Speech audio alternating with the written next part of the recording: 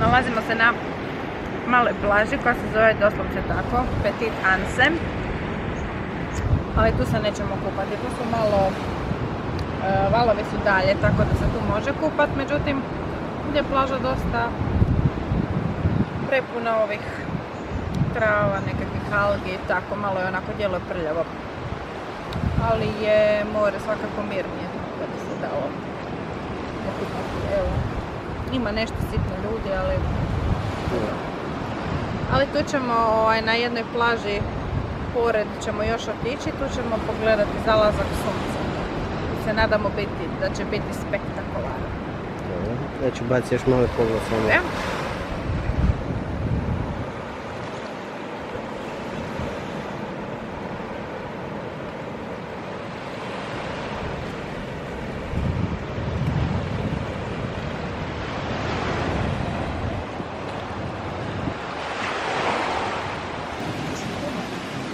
Evo nas na plaži Anse Soleil, gdje ćemo gledati lijepi zalazak sunca. Danas smo imali turu po plažama na jugu, na južnom dijelu otoka. Sad smo sjeli malo u jedan kafičić i pijemo ledeni čaj od limuna, koji je jako fin. Prošli smo danas plažu Anse Intendance, na kojoj smo se i okupali, iako su bile jake struje. Bilo je teško, ali zabavno. I naravno, zato sam i puni smo pijeska. Takamaka. A? Takamaka. Onda smo bile na plaži Anse Takamak. Ne. Je, bili smo na toj plaži. Nije Anse Takamak, nego Takamaka. Ok, Anse Takamaka. Ok, dućan u Krku je Takamak. Ok, sorry, Takamaka. Mi smo na krivi otok. Ok, sorry, zato sam zabunila se. I u tom istom gradiću Takamaki smo otišli na ručak u jedan restorančić gdje smo uzeli za van hranu i više smo to platili 45 kuna za oboje, što je bilo super. Onda smo još bili na jednoj minijaturnoj plaži, mislim Anse Petit se zove, ali ona nas nije nešto oduševila, bilo je puno... Kako Anse? Petit. Petit Anse. Petit Anse, ok. Tu ćemo pogledati zalazak sunca, popiti naš ledeni čaj. Tu se nažalost nećemo kupati jer jednostavno ja više nemam varijacije na temu da bi se mogla u šta drugo presvlačiti više, tako da kupit ćemo se u bazenu kad dođemo doma. Don't judge. Ovaj ledeni čaj smo platili inače 60 rupija, to je 30 kuna. 60 kuna. Na ovako mjesto to je u redu, mislim. Jeftinije nego u Dubrovniku. Ma idemo. Ni na jednom mjestu to nije u redu. To je običan ohlađeni čaj. Dakle, nisam očekivala da će na ovakvom mjestu biti. Uglavnom, jako je kontrastno ovdje na otoku. Imaš restorana gdje nećeš proći ispod 600 rupija. Pa daj do tebe snimim dok ti pričaš. A ne moram ja. Možeš ti ljepše izgledaš. Kako kažu. Iako to nije istina. Vidi ga šišmiš.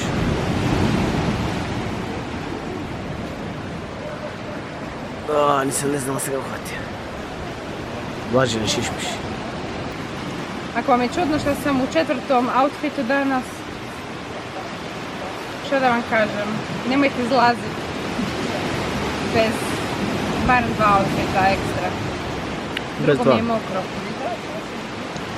Ćao!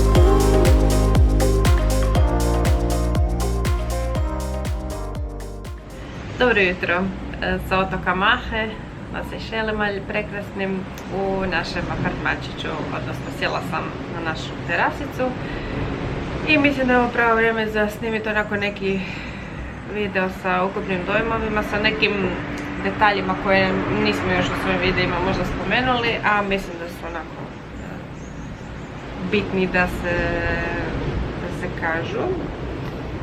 Pa dobro, prvo bih rekla možda par onako informacija o samim Sejšelima. Oni su jedna od najmanjih državica svijeta. A stanovnika na Sejšelima ima samo 95.000, otprilike tako. To je znači štako u Rijeci, manje nego u Rijeci, u svakom slučaju. A glavni grad je Viktorija, a pak u Viktoriji živi otprilike oko 26.000 stanovnika. Znači Viktorija je, ja mislim, najmanji glavni grad na svijetu. Ako nije najmanji, onda je jedan od najmanjih, ali meni se čini da je najmanji. I naravno pretpostavljate po kome je možda dobio ime, po kraljici Viktoriji koja je živjela još prije 200 godina. Ajmo prvo malo o prometu na Sejšelima. Promet na Sejšelima. Već sam pisala na svojim objavama na Facebooku da su cestice jako zaujete, da su cestice uske, otočić je onako brdovit, tako da ceste idu malo uzbrdo, malo nizbrdo. Napomenimo i da se vozi po lijevoj strani, a vozači koji žive na Sejšelima, posebno vozači autobusa, mogu reći da su to jedne kamikaze. Kamikaze. To još nismo doživjeli, tako luđačku vožnju. Brzo voze po tim uskim brdovitim cesticama, da voze redovito, voze po crti po sredini ili čak prelaze crtu. Znači koliko puta smo se morali stiskati, ali ne možeš se stisnuti više na lijevo jer nemaš mjesta ili nekakav kanal, je jednostavno uska cesta.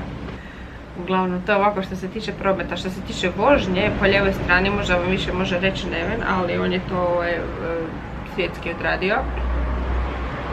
Nije problem vožnje po lijevoj strani. Mislim da se čovjek brzo i prešalta. Samo treba se jako puno paziti na te druge vozače. Evo, nadam se da se čuju i udarci valova sada. Inače, tu nam je plaža odmah preko puta, međutim tu je i cesta. Moramo preći cestu, tako da ako čujete vozila, to je ta cesta. Sad, što se tiče kulture, tu su, pretežno su katolici. Onako opušteni su ljudi, ima jako puno dućančića koji drže Indijci, ako ne i svaki, ali su jako ljubazni. Jučer smo i prekjučer ušli u tako par tih indijskih dućana i oni su nam sami spakirali stvari u vrećice. Čak nam je jedan lik odnio vrećicu do auta. Baš su onako ljubazni i simpatični.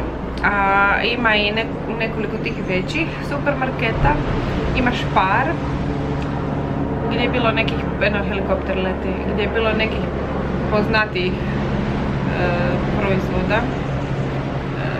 Ne znam, kao kava. Mi nismo ni bili. Kava. Bili smo u Sparu, a nismo bili u Sparu. Tražili smo ga, ali ga nismo našli. Spar je unutar hotelskog kompleksa. Da. Ali smo ušli u taj drugi njihov STD, tako se nekako... STD, da.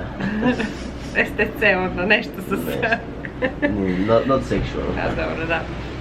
Uglavnom ogroman dućan, ali recimo jako su rigorozni sa osiguranjem u dućanima, u tim velikim dućanima.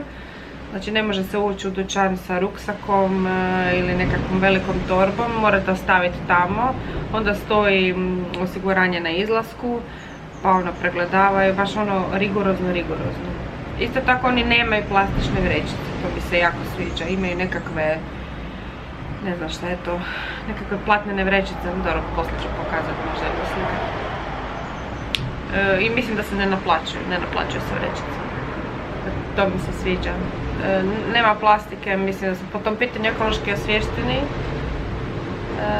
Što sam još htjela reći što se tiče ekologije? Osviješteni su, a ne razdvajaju otpad. Ok, ne razdvajaju otpad, ali ne koriste plastiku za vrećice, nego evo imaju te To Indijci su neki dovoljno sigurno. A moguće. Inače da, Indijci su vlasnici, odnosno su donirali, ako sam dobro shvatila, te njihove autobusiće. Na svakom autobusiću piše Tata autobusi. Tata autobusi. I piše Indija na njima. Tako da, očito da im je Indija to dala ili ne znam, neki vrag. Donirala. Pa, zapravo tu uslugu drže sve trgovine, to nije tako. Da, ima ih puno. Što se tiče škole, pošto sam ja učiteljica, morala sam to primijetiti. Primijetila sam da imaju učenici jako lijepe školske uniforme, ali vidjeli smo nekoliko različitih. Nažalost nisam ih još uspjela posnimiti. Imaju bijele košulje sa plavim suknjama ili hlačama. I bilo je svjetlo plavih suknji, bilo je tamno plavih suknji, bilo je bijelih košulja, bilo je bijelih majica. Ali onako baš lijepo i pristojno izgledaju. I bilo je oni što su mlađi učenici, znači vjerojatno osnovna škola, ovo što ja predajem. Onako prugasto, plavo-bijelo, to mi se svidjelo. Što se tiče malo životinjskog svijeta, ima jako puno ptičica. Njih se čuje na svakom koraku. Onda ima tih zanimljivih pauka. Imamo tu na drvetu preko puta nas dva su, jedan velik, jedan mali. Mislim, nisu se pomakli od kad smo tu, barem ja nisam primijetila. Da. A recimo neki dan kad smo išli kroz džunglu, stvarno nismo primijetili ništa osim nekih ptičica i pokojeg guštera. Tako da nije bilo niti komaraca. Ali i ne špricali smo se sa sredstvom protiv komaraca, tako da ne znam. Ima nekih velikih šišmiša puno. Ima, da, tih velikih lisica šišmiša, kako si rekao da se zovu. Što se smije? Njih se vidi onako pred večer, ma čak, dobro, ne baš usred dana, ali pred večer, još dok je dan, oni krenu letit, to ih vidimo najviše u našem apartmanu. Jučer smo obišli plaže. Sve te plaže koje smo mi obišli nisu zapravo plaže za kupanje kako smo mi navikli. To su vrlo jake struje, opasne i često puta smo naišli na crvenu zastavicu na plažama, što znači da se ne bi trebalo kupati. Mi smo se jučer okupali, jako je teško i naporno i je opasno. Drugčije to nego naš. Neven mi pokazuje da sam već prešla 10 minuta pričanja, što bi značilo da možda bi trebala prestati. Ovo će biti moj video, Ninin uvid u... Ninina priča o Sešelima. A da li sam rekla ono najvažnije sve? Pa da jesam. Sad idemo, plan nam je otići u Viktoriju, natočiti benzina, kupiti još pokoj stvačicu jer danas vraćamo rent-a-car. I onda ćemo biti prisiljeni se voziti još jednom u onom luđačkom autobusu. Hasta luego, da izgasim, ne mogu napipat butonu.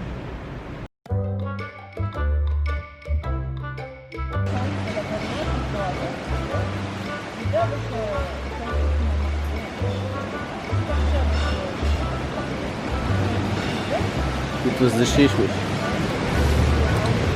Ja sam posrvenila po faci. Ma nije, to je zalaz. Progutala sam led. Živo.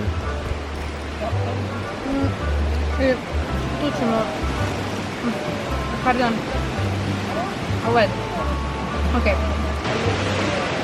Hamala. I čekat ću da prođe avion. Pjeska mi je navrh glave. Sjela sam malo na balkončić naše terasice. Na balkončić naše terasice. Ajmo iz početka.